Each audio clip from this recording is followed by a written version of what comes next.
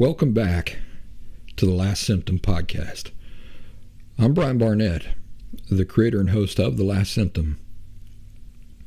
As you've seen in the news by now, there's been another shooting at an elementary school, this time in Uvalde, Texas. As a father to an elementary school-aged daughter, I gotta tell you that I'm particularly sensitive right now. Earlier tonight, I was watching English actor and comedian Russell Brand share some of his thoughts in a really serious and respectful video, and I definitely share his sentiments. He said, "I'm a father. I have children." And then he went on to say, "I can't even allow myself to imagine for a moment the depth of searing grief I might feel if I were subject to a trauma such as this one." I feel that way myself. Each time I even begin to go there in my imagination, I stop. I redirect my thoughts. Why? Because I can't even begin to go there. As Russell Brand said, I emotionally don't want to put myself through that. It's too much. Now, take the effect that I experience as I'm just tiptoeing around the very fringes of imagining such a loss myself.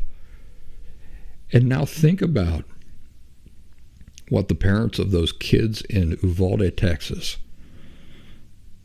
are experiencing, who have no choice to tiptoe around the fringes of such a thing.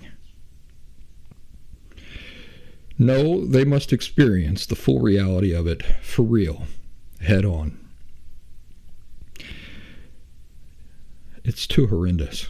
None of us were ever intended to ever experience anything close to that. The conclusion that Russell Brand arrived at and went on to share was this. He said, "Evidently, we are living in a culture that is in decline."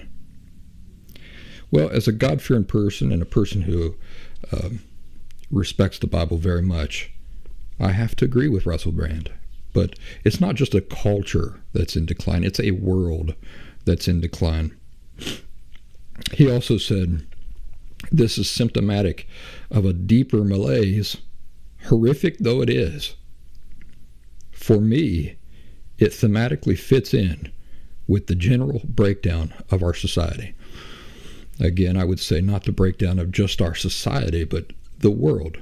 The world, this system that we live in, is in a quick and steady decline. To acknowledge the unthinkable tragedy in Texas, and out of respect for the innocent children who lost their lives, the children who did not lose their lives but were there, or were directly affected by this, and whose lives will never be the same. And also out of a deep feeling of compassion and concern for the parents and the other family members and friends of these children, I considered not doing a show at all this week. But then the more I thought about things, I considered the fact that many of the topics we discuss here in my work with The Last Symptom are directly related to the underlying causes and foundation issues contributing to all these symptoms that we're seeing. The fundamental root problems in the world that Russell Brand, who I have to tell you is much more eloquent than I am, and I admire that about him, referred to in his own YouTube and Rumble show. Therefore, the respectful response for me is not to skip an episode. That's not the appropriate response, considering the work I'm doing here. Rather, the respectful response is to make sure I get an episode recorded and made available. Still, there's not going to be any joking or storytelling this week. And I realize that there's an argument to be made for the fact that entertainment and humor and escapism are good ways to find relief from tragedy. But no, not this time. What happened in Texas involving children is way too serious to pretend away. There is no more vulnerable or innocent life on this planet than children, particularly elementary school age children. It's a horror. It's an absolute horror. Moments of silence have always seemed to me like literal acts of doing nothing whatsoever in the face of horrific and heartbreaking tragedy at a time when it seems like action is really the thing that is most needed. But moments of silence are intended to allow us to push aside other less important thoughts for just a spell in the interest of grieving with other people who are grieving, and to reflect on the fact that those people there in Texas, they are real people with feelings like ours. They're not just statistics. They are people, real people with feelings just like you and me. And so were those children. So with that in mind, I'd like to invite you to join me right now for 1 minute of silence and reflection for the families in Texas.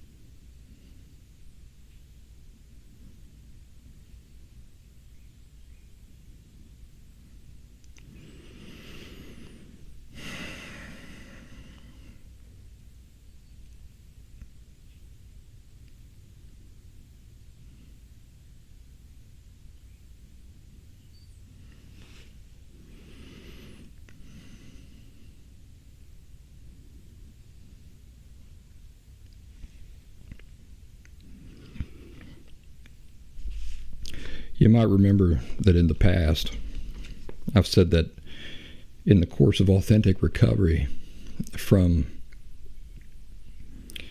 emotional disorders, periods of sitting around and seemingly doing nothing, when you've had the wind knocked out of you,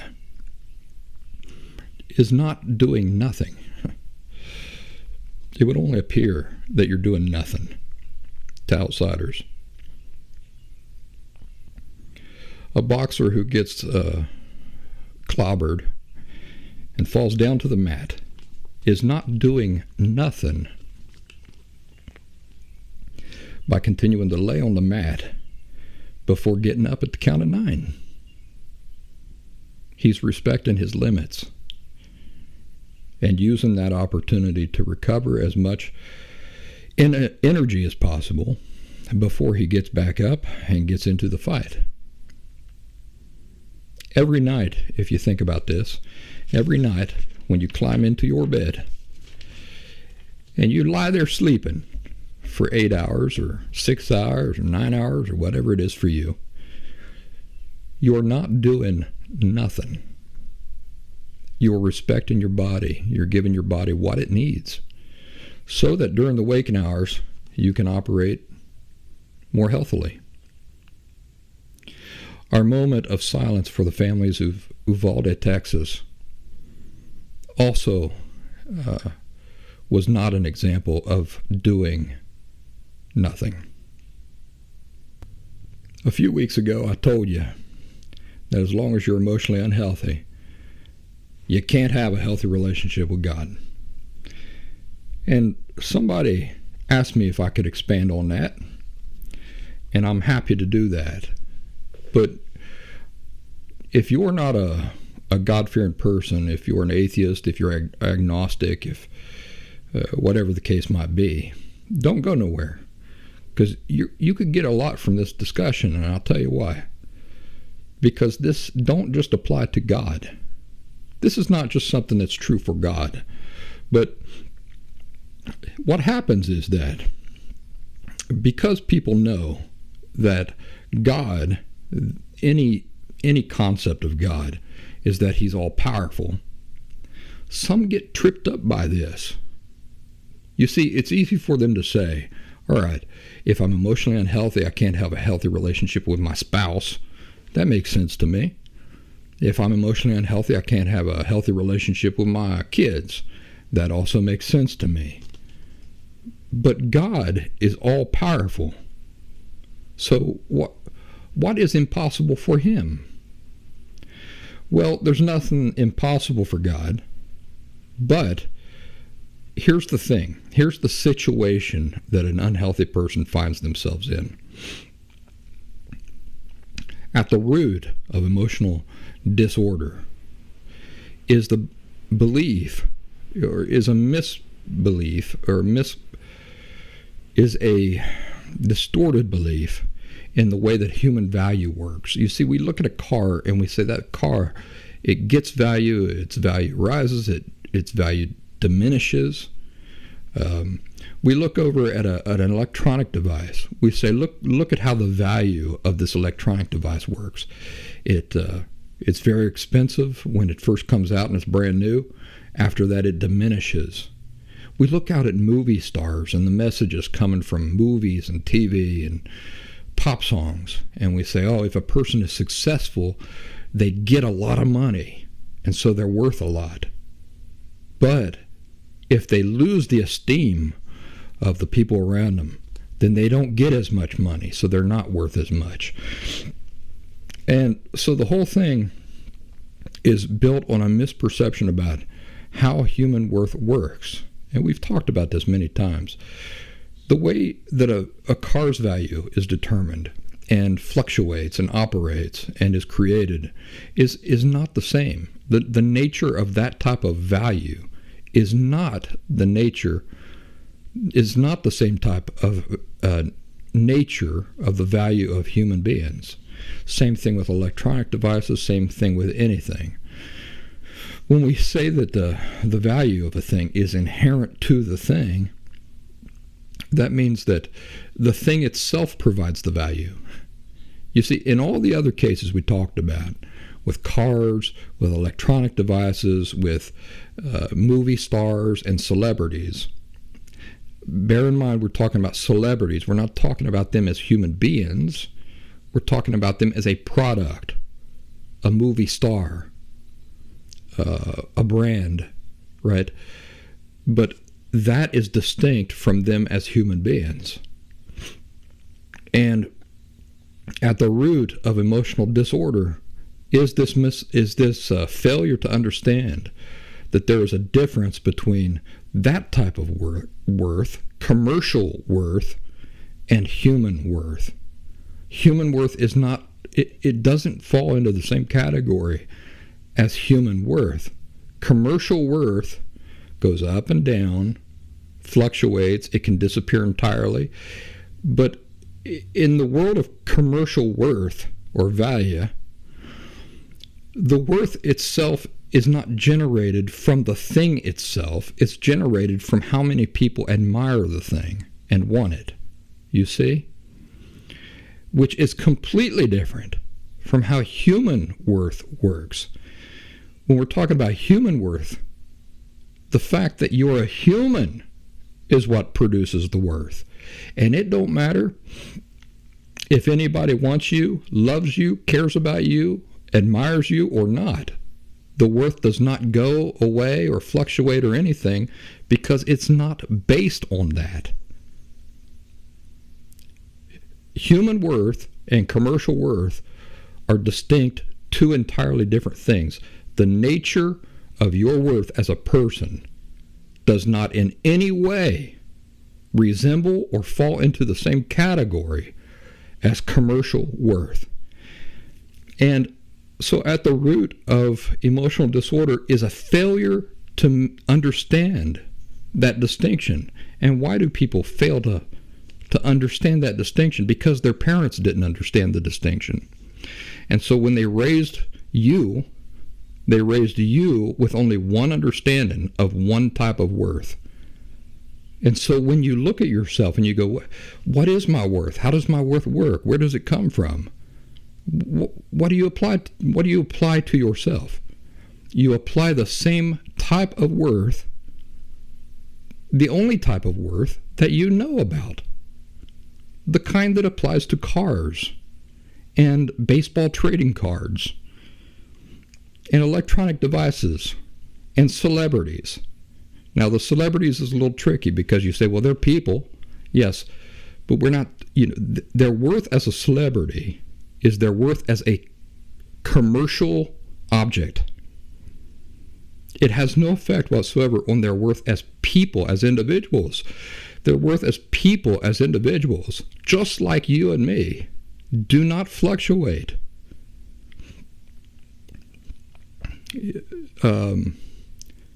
Johnny Depp's in the news a lot right now, all right? Really famous guy. He's done a lot of great movies. A tremendous actor. Really tremendous actor.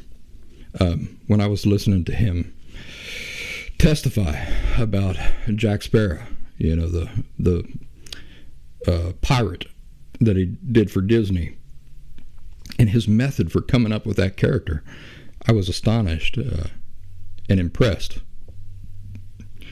That is his public persona, a commercial thing. But Johnny Depp is also just a person. And his worth as a human being, as just what he is, him being an actor does not inherently describe what he is.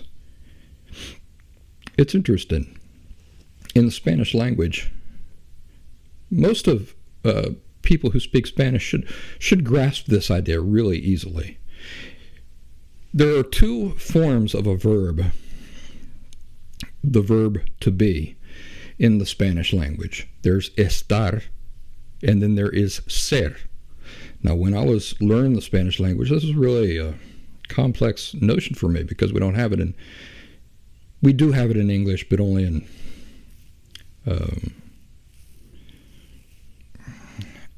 we use it very sparingly. But anyway, those of you who speak Spanish, you understand the difference between estar and ser. For example, if I say to you, estás muy bonita, how many of you understand that means you're very pretty, you're very beautiful today?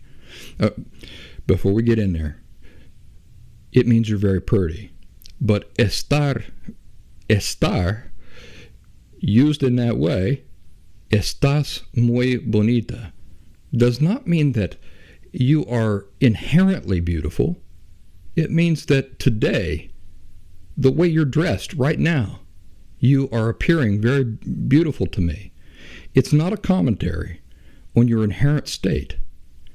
But if I say, eres muy bonita, it completely changes the meaning. It still says the same thing.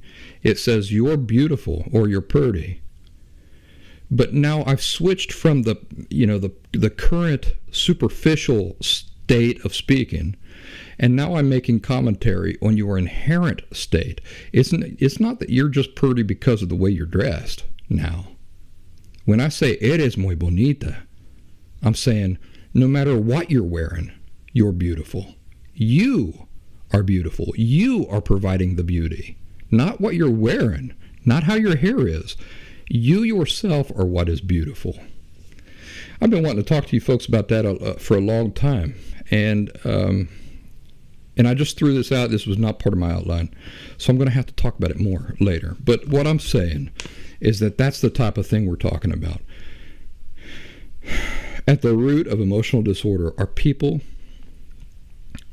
unable to make that distinction between what is an inherent worth that is inherent and worth that is just that depends on the state of how you look that day, how many people like you that day, what you're wearing that day. That is at the very foundation of emotional disorder.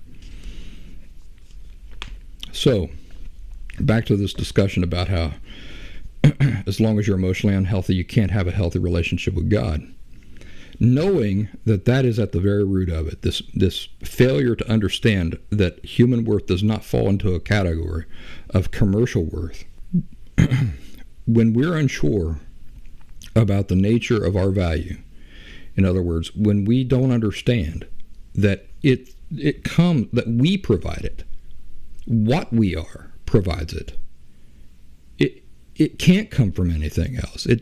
If I change this shirt, my worth doesn't go up or down. Because I myself, me, Brian Barnett, am providing the worth. The worth is inherent to who and what I am. So no matter how I look, no matter what I'm wearing, no matter how successful or not successful I am, I myself am I am the source of worth. It doesn't matter how many people like me.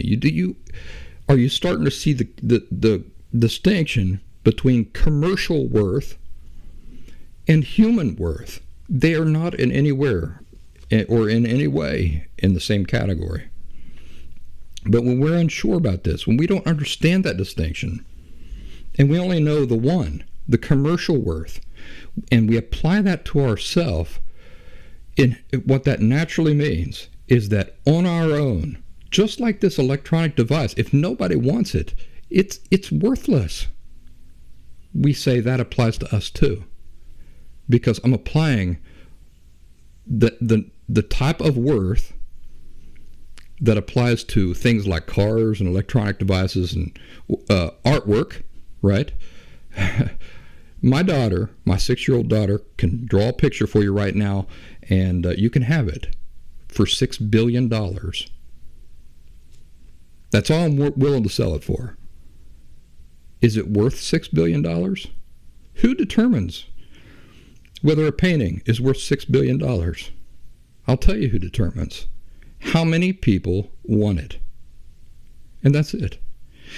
If nobody wants my daughter's my 6-year-old daughter's drawing, except for me, even though for me it might be worth $6 billion, if there's not a bunch of people out there willing to throw down money for it, then commercially it's not worth $6 billion. Now, when we are unsure about the nature of our value, the nature of our value. I'm not talking about what our value is. I'm talking about the nature of it, how it works. What creates the value? Where does the value come from? When we don't understand the nature, the true nature of our worth as people, it means that the only thing we've got to go on is what we see in the world around us, the commercial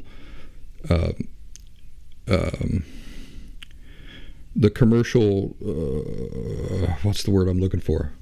Well, anyway, the commercial type of value. We apply that to ourselves. That type of value is not inherent, which necessarily means, what it means when you apply the same type of value that we applied to cars to yourself, what it means is that just on your own, you are worthless. Why are you worthless when your understanding of how worth works and you apply that to yourself? Why would you say that you are worthless? Because that type of worth has to come from external things. It has to come from outside of you. The car does not generate the worth. A car does not generate value. That's not the way commercial value works. What generates the value for a car is how many people admire it. If nobody admires that car, it doesn't matter if it's brand new. If nobody's willing to pay $5 for that car, it's not worth $5. It doesn't matter if it's brand new. The car is not generating anything. It doesn't matter how new it is. The thing that is generating the value for anything commercial is admiration. How many people admire and crave that thing? And unhealthy people say, well, I know of no other type of value. That must be true for me too. They arrive at this conclusion as children. They arrive at that conclusion as children because that's the message they're getting from their parents. Their parents are set, and their parents aren't coming right out and saying it. Hey, you're not worth a car. No, not most parents. Some parents do say things like that, but the messaging is very subtle. You see, the parents also, as I mentioned earlier, do not understand that there is a distinction between types of value. The nature of how value works. The parents themselves don't understand that there is a difference between the nature of how value works for a comic book and how it works for people. So the children grow up, and what understanding of value systems do they adopt for people? The only one they have access to, the only one that their emotional teachers understand. That is the root cause of emotional disorders. So in that type of value system, if you strip away people's admiration and you strip away everything, and you're just left with the thing itself, the comic book, but nobody wants it, then it's worthless. What happens if you don't have enough admiration from people and you're a person? Well, you're just like that comic book. You're just like that comic book. You have no value on your own. And that is not the way that human value works. But when we grow up with that understanding of how human value works, which is erroneous, by the way, that's not true. There's two different types of value. There's two different natures of value. The one nature of how value works applies to commercial things. The other nature of how value works applies to humans. But unhealthy people don't know that. But when we are unsure about the nature of our value, because we've grown up not being able to distinguish ourselves from cars and electronic devices and comic books and baseball trading cards, it means that whatever love or extension of friendship that gets extended to us, we will block it. We will obstruct it ourselves. Why do we do that?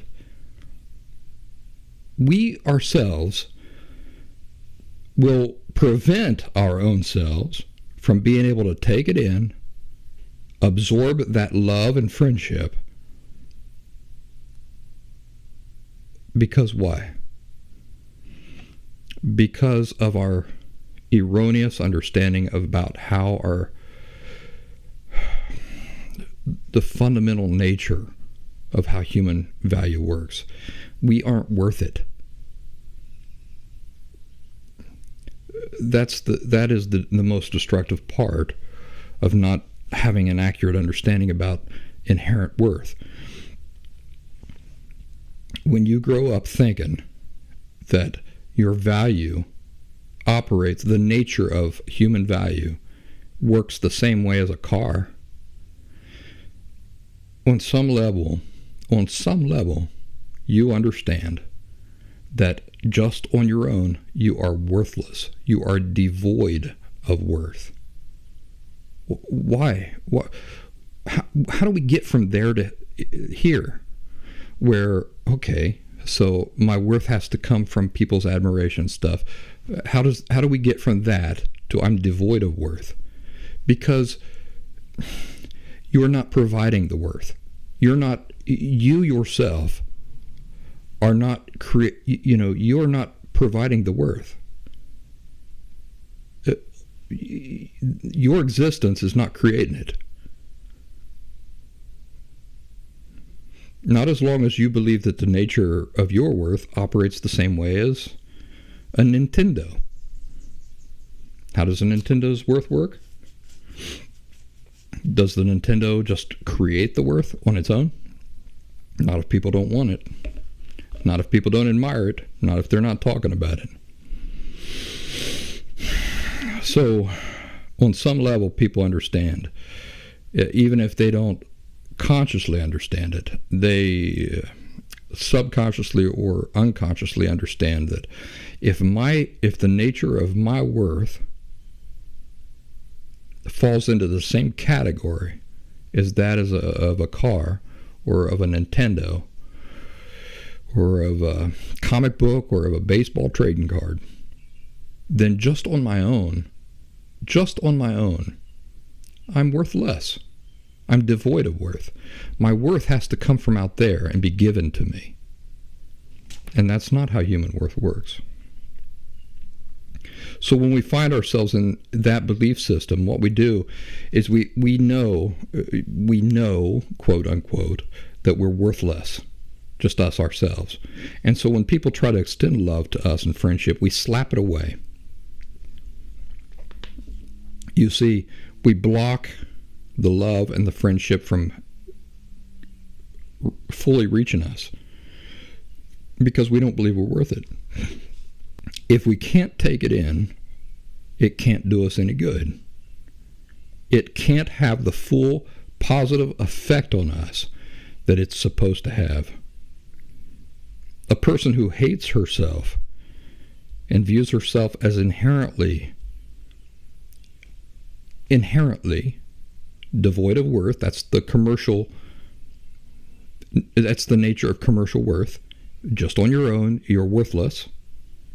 And so when people believe that the nature of that type of worth applies to us as people, on some level, they view themselves as completely worthless.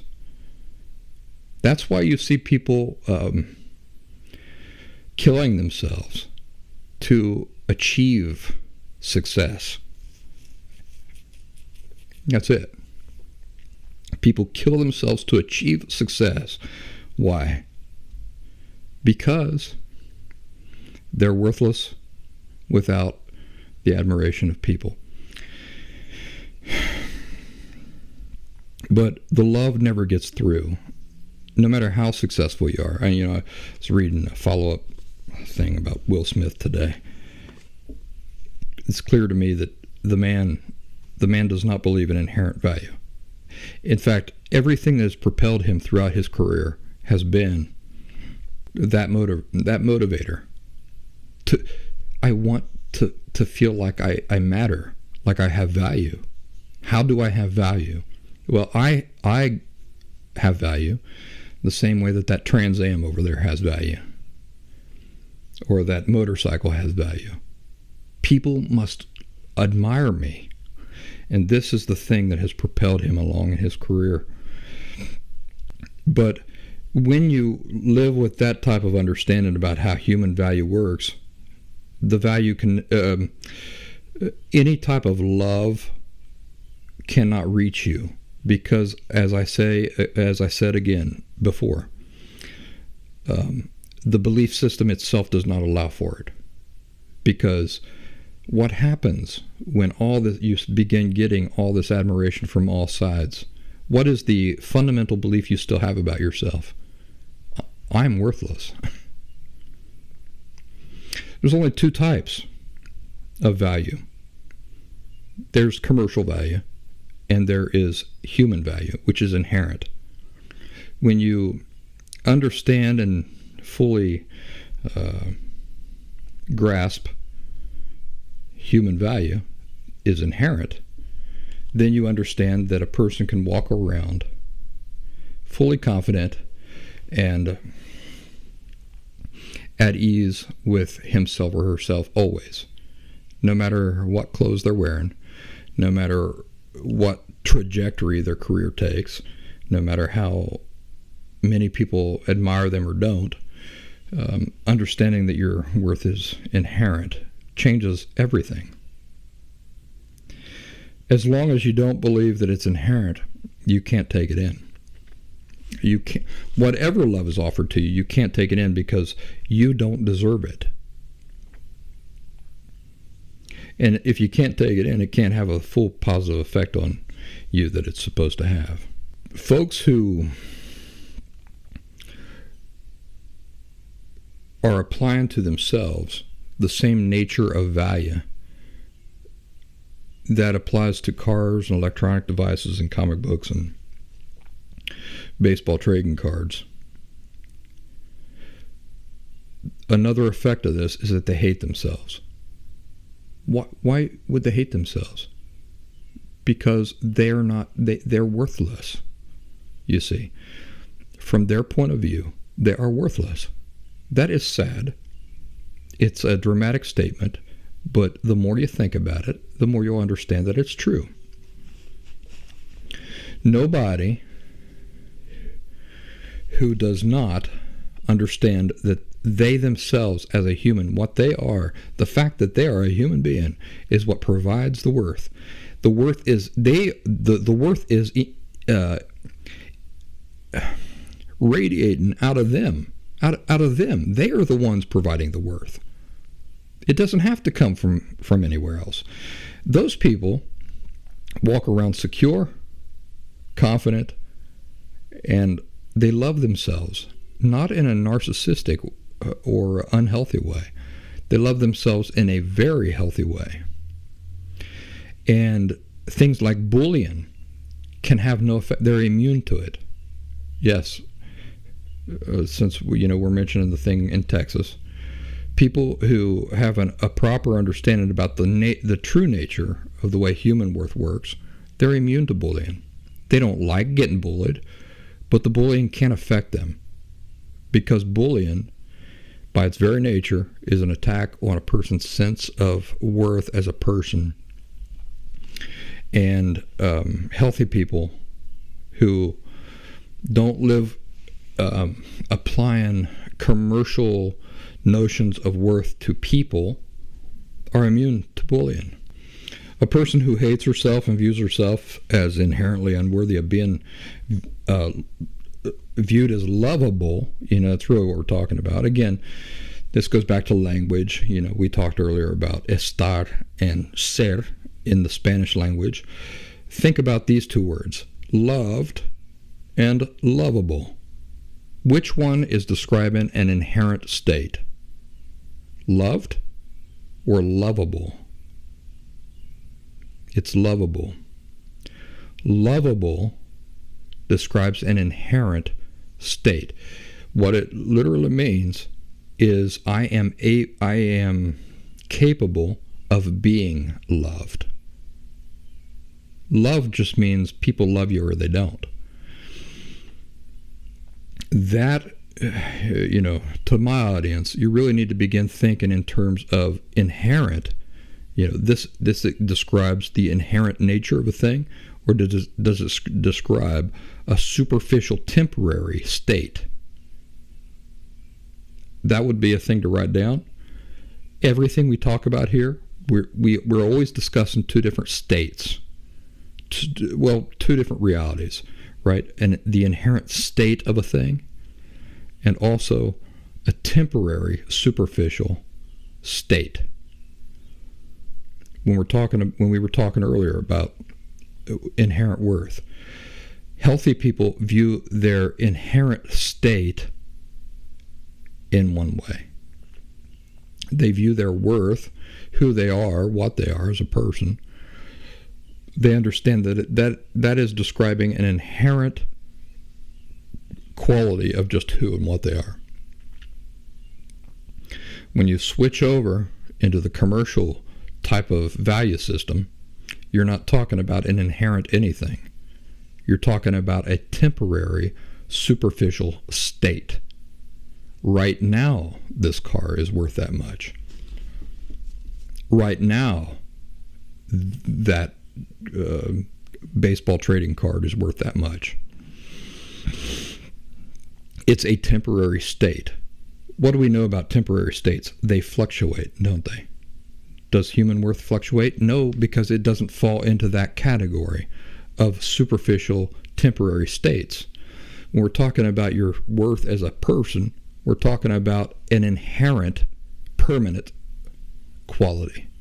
Now, a person who doesn't understand these things, like I said, views herself as unlovable and unloved.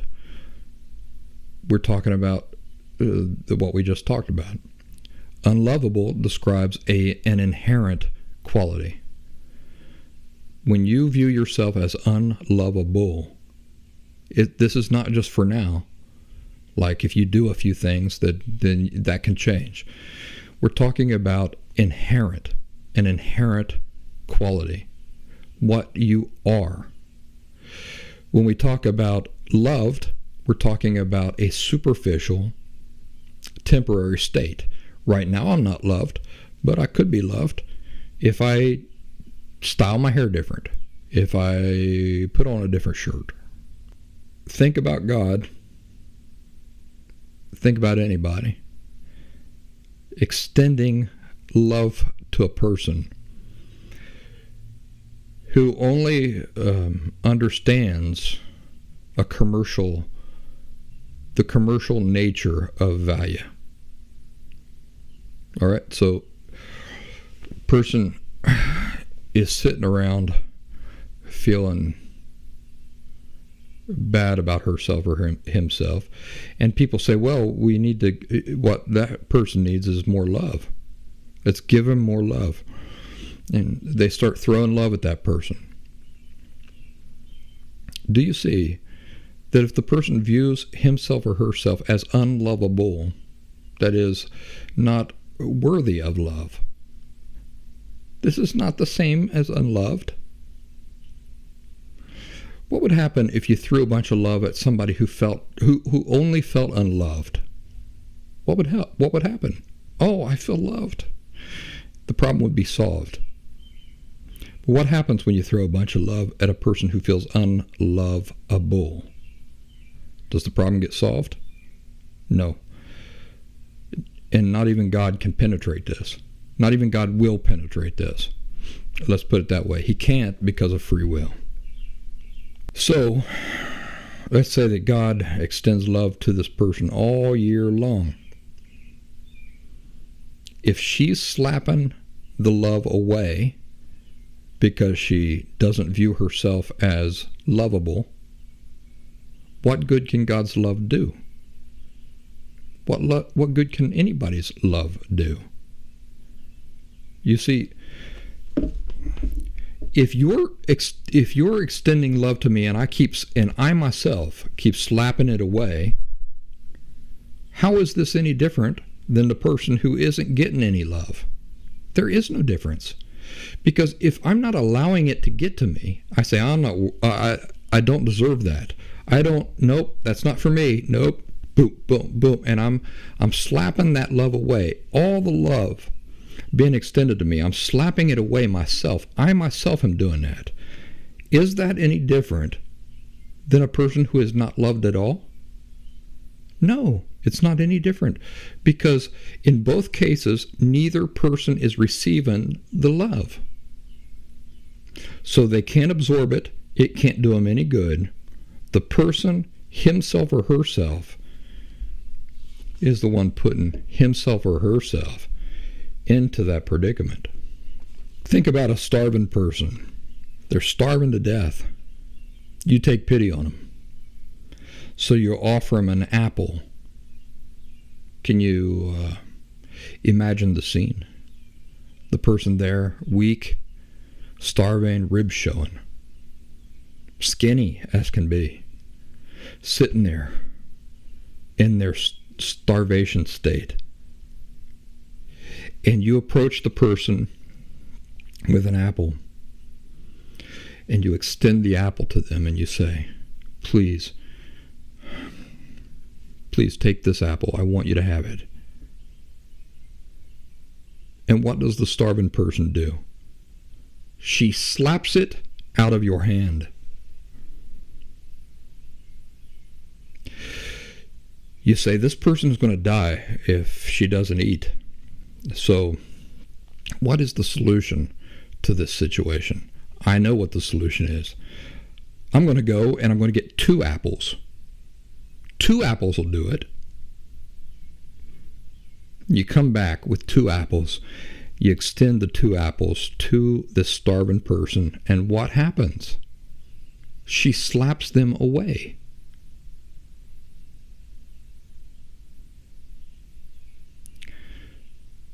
You see, she doesn't view herself as deserving of the apples, so she won't take them in. She won't consume them. She doesn't deserve herself as deserving of them. Our society is so pointlessly devoid of insight on this issue when it comes to love and people who are hurting. You know what society says the solution is? Get more apples. Get more apples. That'll fix it. Yeah. Go get more apples. That's exactly what is missing here. She's not getting enough apples. This poor starving woman. That's the problem. We're not offering this person, you see. We're not offering enough apples. So they go and get more apples and offer it to the starving person, and that person just keeps slapping them away. Do you see that in this situation,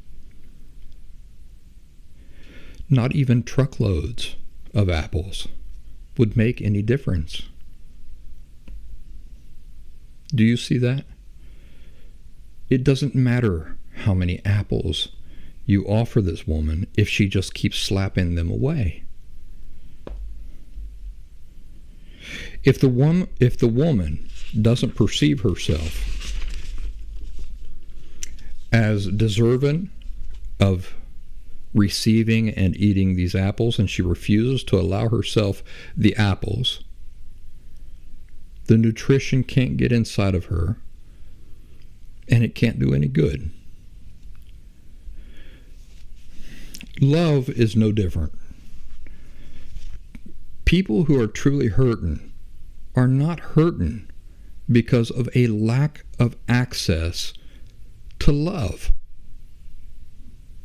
The fundamental problem is that they themselves do not perceive themselves as lovable.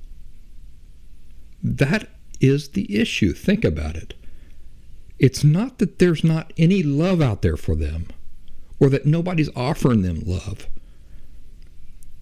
And it wouldn't matter if the whole world surrounded them and said, we love you, here, let's do all these loving things for you. That's not the problem. The fundamental problem is that they themselves do not perceive themselves as lovable. What is lovable? Is lovable a word that describes a temporary, superficial state? No. Lovable is a word that describes an inherent quality. An inherent quality. So, the person who views himself or herself as unlovable, what that means is that they view themselves as undeserving of love completely. As long as this is true, they will continue to slap away any love that is extended to them. And as long as they are slapping it away, they can't receive it. They can't take it in. It can't nourish them. So before a person can benefit from love and from a relationship with anybody, including God, the Most High and most powerful, the sovereign of the universe, the person herself or himself must first view herself or himself as lovable. That means worthy of being loved. What is a natural result of viewing yourself as worthy of being loved? You begin to love yourself. You say, I am worthy of that. I am worthy of that. I can start to love myself now. The person who begins to love herself then can begin to accept love from others, because she knows that she deserves it.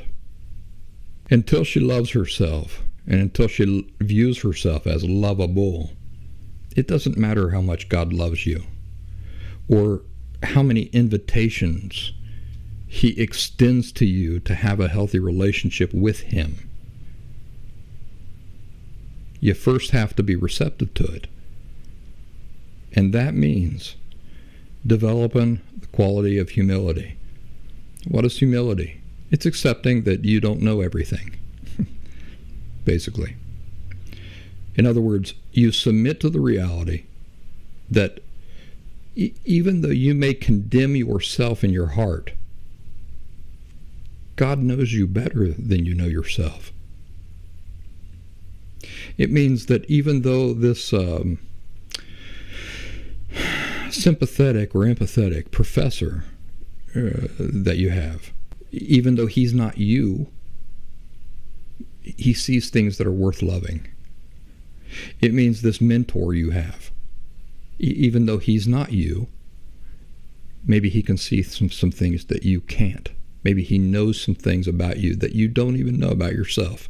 I can tell you that even though you're only listening to my voice, I know things about you that you don't know about yourself. Yeah, I can say that very confidently. You know why? Because I was once in your position, and there were people who helped me, who knew things about me that I did not even know about myself. So humility, submitting to the reality that you don't know everything. Even though you're you and you're living your life experience, every thought and perspective that you have about your life and about yourself is not the entirety of anything. You know, when we think about ourselves and we evaluate ourselves, the conclusions we reach are based on preconceptions, distorted thinking, a limited viewpoint. And if that is not true for people on the outside of us, like looking in, who see things that we can't see about ourselves, I wish I had a person who could watch me every time I do one of these shows and just watch me do a run through, you know, kind of like Saturday Night Live, where they have like this live audience and they do like a run through. If I had one person who could just watch me do a run through and say, you know what, I think that you could make your point much better if you did this and if you did that different, I think my show would be better. I really do. What does that say? What does that tell you? It tells you that no matter how much I'm me, and no matter how much I think I know myself, there are things that I can't perceive. I can't perceive like somebody from the outside looking in. You know, so that's humility. Submit That's the word. Write that down. Submit. Humility is submitting. Are you willing to submit to the reality that God knows you better than you know yourself? He certainly does. The Bible says he has the hairs of your head counted. It also talks about his power to resurrect you, even when thousands of years might have passed, to resurrect you exactly as you were. How could he do that unless he is making note of every thought in your head, every feeling you experience, and everything that makes you you? And he's doing that for you personally, I should mention. And he was doing that also for every one of those children who were killed in that school in Texas. How much love must he have for us, where he's paying attention like that and willing to do that for us, so that when the time comes, heaven forbid, any of us were to lose our lives in this system of things, that no matter how much time passes, he could just bring you back to life exactly as you are. Humility, submitting to the reality that God knows you better than you know yourself. But if you're an atheist, this is not any less a significant point. The point would be that there are people around you who see things that of tremendous worth and value within who you are, what you are. And number two, human beings possess inherent value. We talked about that a lot tonight. It's simply a part of being a human. You're not a chair. You're not an electronic device. You're not a car. You're not a comic book, and you're certainly not a baseball trading card. And that's not the nature of the way your value works, because you're not any of those things. You're a person. And the way people value works is completely different from those things. There are two distinct different types of value systems. There's inherent value, and then there's commercial value. You don't fall into commercial value in any way, shape, or form unless you are a movie star or you're a swimsuit model. But even then, your value as a swimsuit model is no commentary whatsoever on your value as a person. Do you see that? You as a swimsuit model is a commercial job. It's a job title. It's like, what's my value as a landscaper? Well, two different things we're talking about here. My value as a landscaper has no effect whatsoever on my value as a person. Only unhealthy people equate my value as a landscaper with my value as a person. Only unhealthy people do that. There are two. And if you're applying one value type across the board to cars and electronic devices and comic books and people, it's the only one you know, then you're unhealthy. You were raised with unhealthy emotional teachers who themselves did not know that there is more than one type of value system, and that one applies to people, one applies to things and commercial things, and that to apply the one that applies to commercial things to human beings is really, really unhealthy, because it doesn't apply. It's not anywhere in the same boat. Next week, we're going to talk about the difference between qualities and feelings. We're going to talk about, is empathy a feeling or an act? So really, what we're going to be talking about is qualities, feelings, and acts. So what is the difference? What is the difference between a quality? What is a quality? What is a feeling? What category does that fall into? And how are all of these three things, qualities, feelings, and acts, completely distinct and different? We're going to talk about that. Please join me. My heart goes out to you folks in Texas, anywhere around that area of Uvalde, Texas. My heart breaks for you, and I hope you find solace in the promises that the Bible gives. Some of you might say, well, God, why would you talk about God at a time like this? Where was God when these children were being gunned down? If the folks that you approach to get spiritual answers to questions like that cannot provide you with a comprehensive, cohesive, satisfactory answer to why God must allow terrible and horrific things to happen for now, don't give up that search. Don't give up that search. Talk to God about it. Tell him, I don't understand, but I would like to understand. And then be receptive to the answer coming from perhaps non-preferable sources.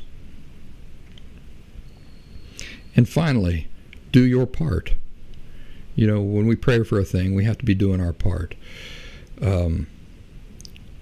One thing I've learned in the last 10 years for sure is that a healthy relationship with God is no different whatsoever than authentic recovery from an emotional disorder. God can't act in any way that affects you negatively. If it's not for your long-term well-being, he can't act in that way. So if you're praying for a thing, but you're not doing anything, you're just waiting around lazily for things to be done for you that you could be doing for yourself and should be doing for yourself, but you're just not doing. And in this case, I'm talking about searching out answers. Then God can't do much for you. He can't, because he can't violate his own perfect laws and principles to enable you. You know, that's really what that would be. It would be an enabling behavior. But on the other hand, if he sees you're truly interested, he sees you're making an effort to gain insight and get answers to your questions, then he will step in. But he needs to see that first. He can't act until he sees that first. It's the same way with your dealings with me. If I have all these hours of content and answers and insights that I'm offering up, and I begin talking to you, and I find out you haven't taken advantage of any of them, then I'm not going to be very inclined to put myself out to do anything for you, because by doing that would be to enable your complete failure to act in your own best interests, you see. So a relationship with God is a lot like that. So what I've learned is that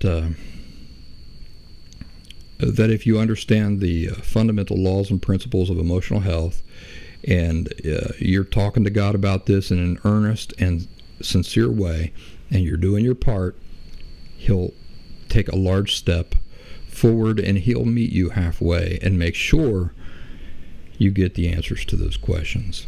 Ladies and gentlemen, no music to close out today's show because of the serious nature of world events, particularly in Uvalde, Texas.